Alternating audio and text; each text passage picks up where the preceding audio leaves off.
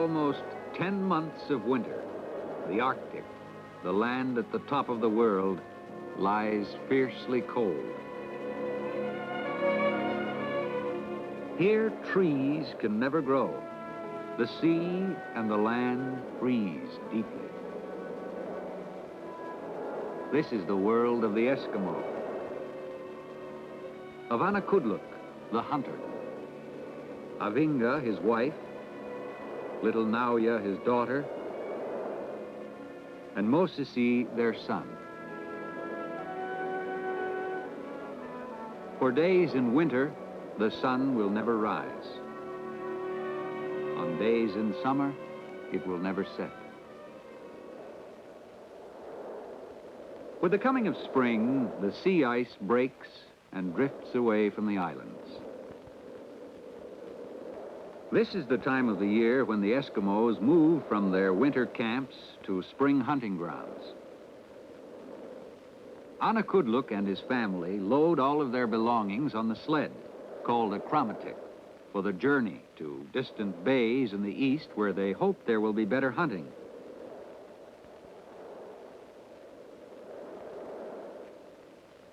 Sometimes they travel with relatives or a few other families, but never in large groups, for there is seldom enough food for many mouths. Seal provides nourishment for the family and the dogs who will pull the heavy loads. Part wolf, part dog, strong, vicious. These are no pets. But without them, the Eskimo could not manage, for there is no other way to travel. Mosisi's puppy is too young to run with the rest of the dogs, so he rides on the sled.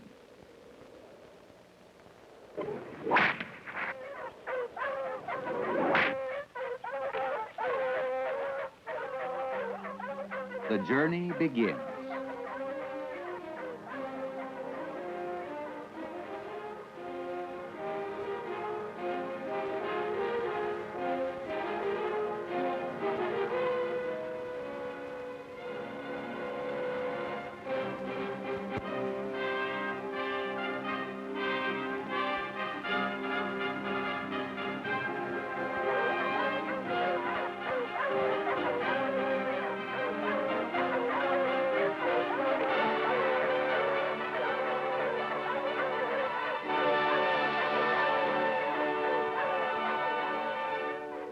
It is difficult to bring the sleds through the high ridges of ice which push up from the sea near the shore.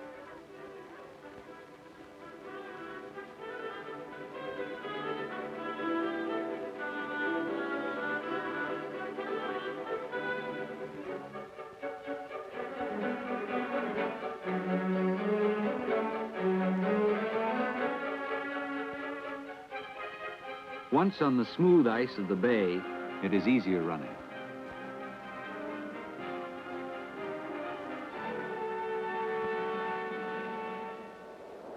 Sea ice can be treacherous this time of the year. Anak Kluk tests it with his harpoon, for he must know that it is solid and safe and will not break under the load of the sleds. The dogs must rest along the way. And when the family is hungry, a stop is made to eat.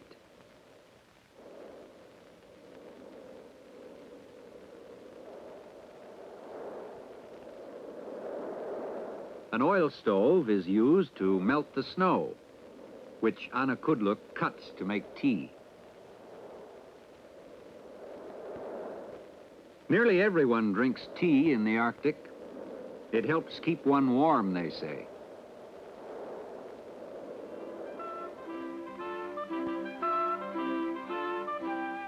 For the children, a stop along the way means a chance to play.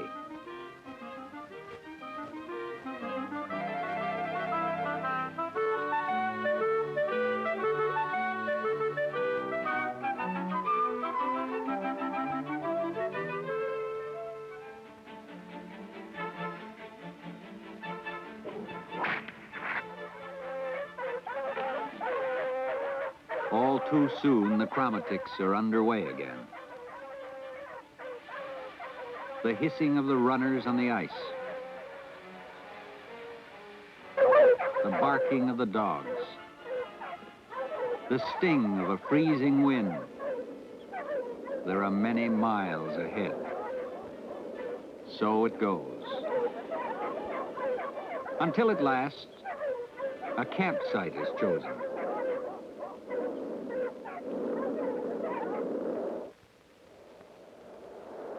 The sleds are unloaded, and it feels good to be on bare, dry land again.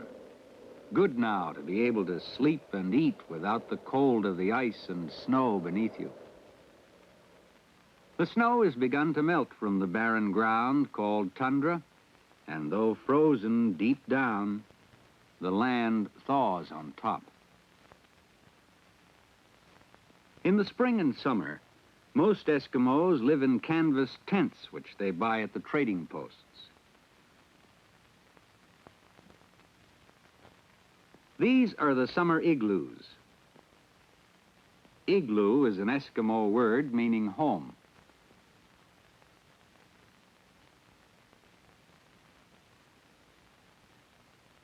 Spring is a happy time in the Arctic.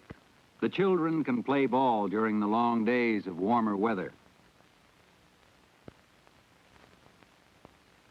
Already the Arctic berry, the pond rain, is out. It is a welcome change from seal, which is the main food of the Eskimo. Seal meat is eaten raw. The word Eskimo comes from an Indian language. It means eater of raw meat.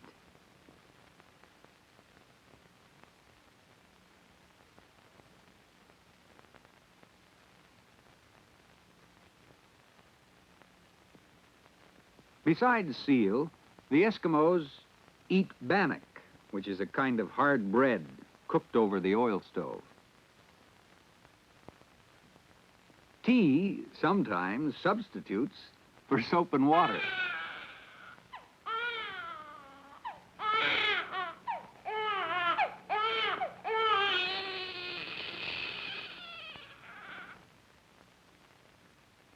After the evening meal, families gather together on the warm caribou skins in the tent and enjoy stories of great hunts and great hunters.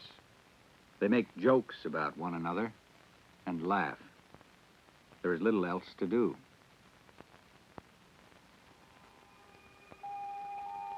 Anak Kluk worries, too, about many things. The weather. Will it stay fine? Netcheck the seal. Will he show himself through the ice? There is little meat left.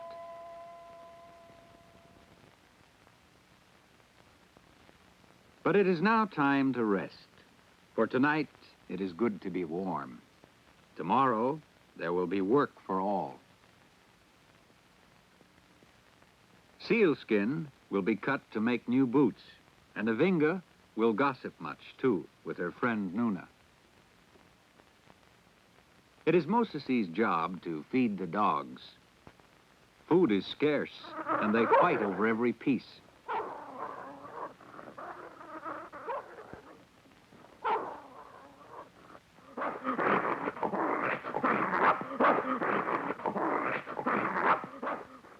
There are lessons to be learned, too. Moses must know how to use and care for a rifle. An Eskimo boy must become a good hunter, or he cannot live.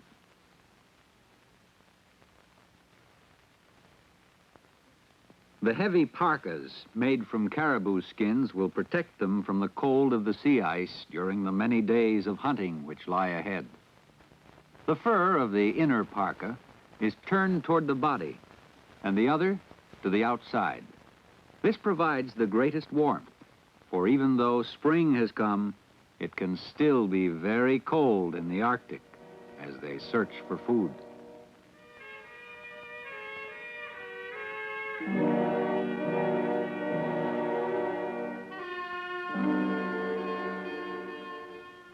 There will be many hours crouching silently behind the white blind, waiting for nervous Netchek, the seal, to come up through holes in the ice, to drowse and sun himself on the floes.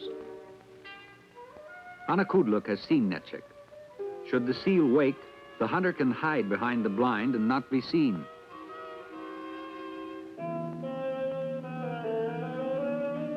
Silently, he moves closer for a better shot.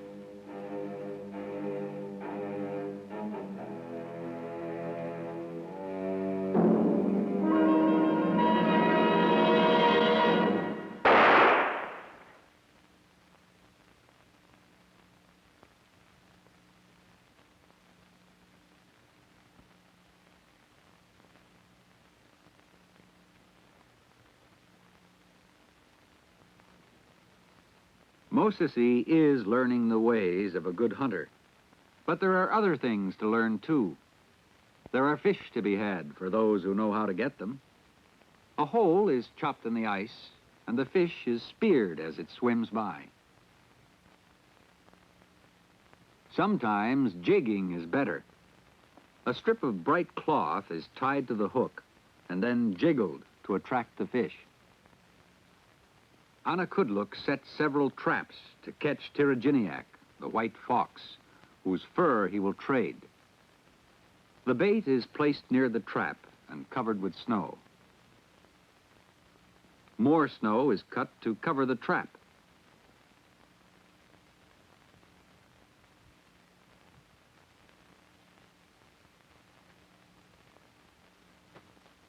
It is shaved down to a very thin layer. And when Tiriginiak, the fox, smells the seal meat and comes looking for it, he will step in the trap, and Anak Kluk will have a fine fur which white men want.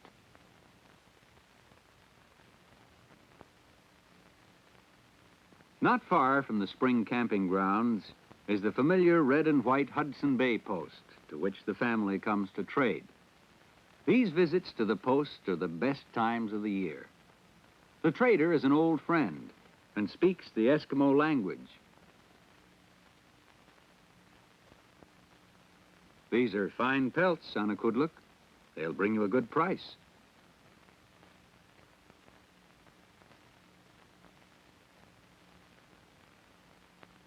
There are many things which Anak Kluk can get in trade for his furs. A new rifle would be good. Ammunition is always necessary. More and more, the Eskimo depends upon goods which white men provide. Things that Ainga's mother probably never knew existed. Things that can help make life easier and more comfortable. Mosesi needs a new parka. It is difficult now to find caribou to make good ones. Most Eskimos now buy their parkas. Anak Kluk buys fuel for his stove and thinks maybe a mirror would be a good present for Ainga. There are many things Ainga would like, things new to her, like a baby's crib. It would be hard to carry on the sled, but many Eskimos now have these things. For the Arctic is no longer isolated and shut off from the outside world as it once was. Anak Kluk sometimes visits relatives who live in a real town.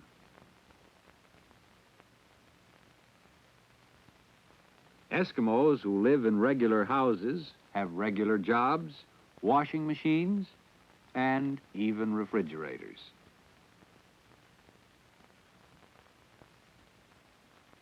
White men are coming to the Arctic now in ever-increasing numbers, building airstrips, taking mineral wealth from the frozen ground, manning radar and air defense bases which stretch across the north.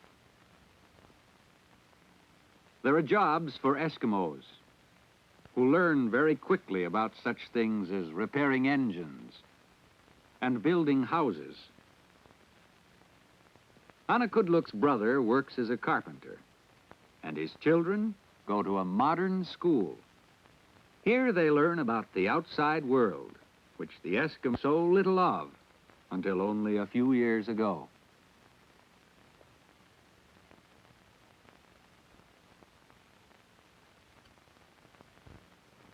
There are few Eskimos in the whole Arctic now who do not have some contact with the white man. They are adopting his dress, speech, and ways rapidly. The airplane has brought the outside world to the Arctic, and the white men who have come are doing much to change the way Anak Kluk and his people have always lived. Each spring brings more change. And as he sees these new things around him, Anak Kluk is glad. For to the Eskimo, it means that the frozen and once lonely Arctic is becoming an easier and better place in which to live.